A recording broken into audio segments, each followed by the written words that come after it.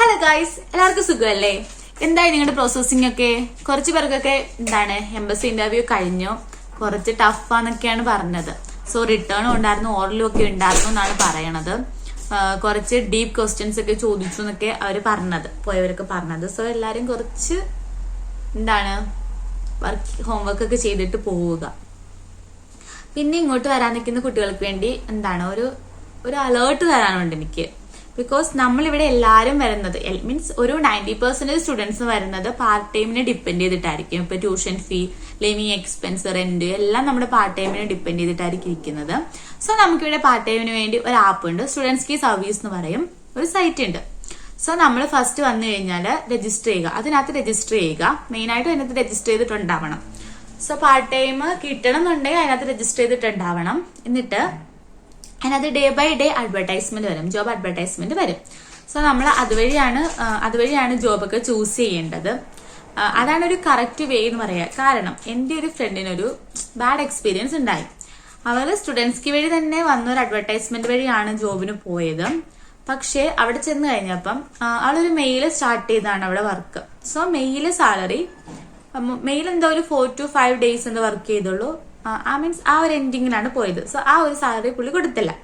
കുറെ വട്ടം ചോദിച്ചു കഴിഞ്ഞപ്പം, അതായത് ജൂൺ ലാസ്റ്റ് ഒക്കെ ആകാറായപ്പോഴാണ് ആ എമൗണ്ട് കൊടുത്തത്. എന്തോ ഒരു 400 euros. അത് ക്യാഷ് ഇൻ ഹാൻഡ് ആണ് കൊടുത്തത്. സോ നിങ്ങൾ ശ്രദ്ധിക്കേണ്ട ഒരു കാര്യമുണ്ട്.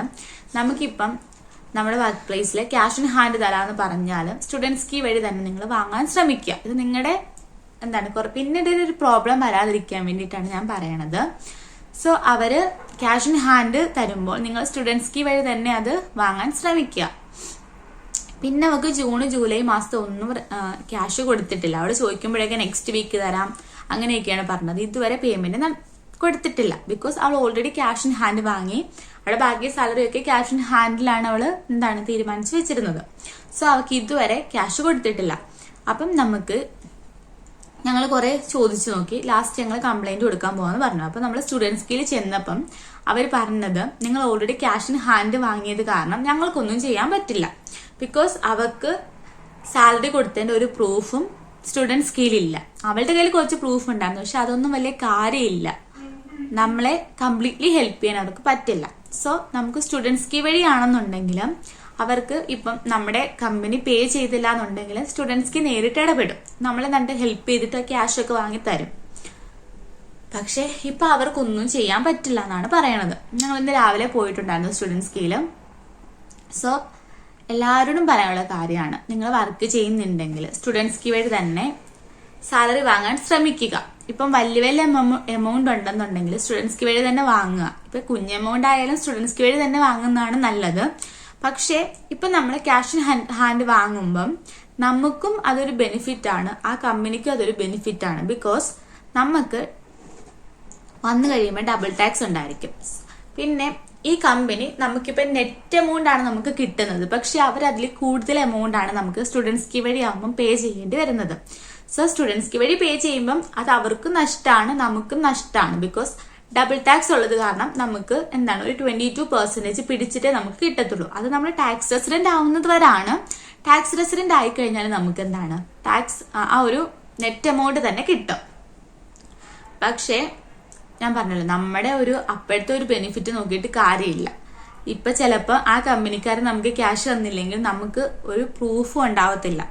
ഞാൻ പറഞ്ഞല്ലോ, സ്റ്റുഡൻസ്കിൽ ചെന്നിട്ട് അവർക്ക് നമ്മളെ ഡയറക്ട്ലി ഹെൽപ്പ് ചെയ്യാൻ പറ്റില്ല. പിന്നെ അവര് കുറച്ച് വഴികളൊക്കെ പറഞ്ഞു തന്നിട്ടുണ്ട് കിട്ടാൻ. അപ്പം ഇനിയും കിട്ടിയില്ലെങ്കിൽ അങ്ങനെ നമ്മൾ പോകാൻ വേണ്ടിയിട്ടാണ് തീരുമാനിച്ചിട്ടുള്ളത്. സോ നമ്മൾ സ്റ്റുഡൻസ് കീ വഴി തന്നെ വാങ്ങുകയാണെങ്കിൽ ഡയറക്റ്റ് നമുക്ക് സ്റ്റുഡൻസ് കീന്ന് തന്നെ ഹെൽപ്പ് കിട്ടും. അവർ ക്യാഷ് വാങ്ങി തരും നമുക്ക്. അപ്പൊ എല്ലാവരും സ്റ്റുഡൻസ് കീ വഴി തന്നെ ക്യാഷ് വാങ്ങാൻ ശ്രമിക്കുക. ടാക്സ് റെസിഡന്റ് ആവുന്നത് വരെ നമുക്ക് കുറച്ച് ബുദ്ധിമുട്ടുണ്ടാവും. കാരണം നമുക്ക് 22% പിടിച്ചു കഴിയുമ്പോൾ അത് ഭയങ്കര ഒരു നഷ്ടമാണ്. സോ എല്ലാവരും ഇങ്ങനെ ശ്രമിക്കുക.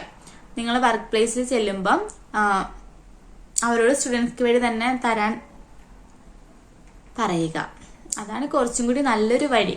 കാരണം നമുക്ക് ഭാവിയിൽ ഒരു ബുദ്ധിമുട്ടുണ്ടാവരുതല്ലോ. പിന്നെ നമ്മുടെ സ്റ്റുഡൻസ്ക്ക് മാരിബോൾ സെന്ററിൽ തന്നെയാണ് മാരിബോളിലെ സ്റ്റുഡൻസ്ക്ക് വരുന്നത്. ഞാനിവിടെ അഡ്രസ് ഒക്കെ കൊടുത്തിരിക്കാം. ഞാൻ ഓൾറെഡി അവിടെ പോയിട്ടുണ്ടായിരുന്നു.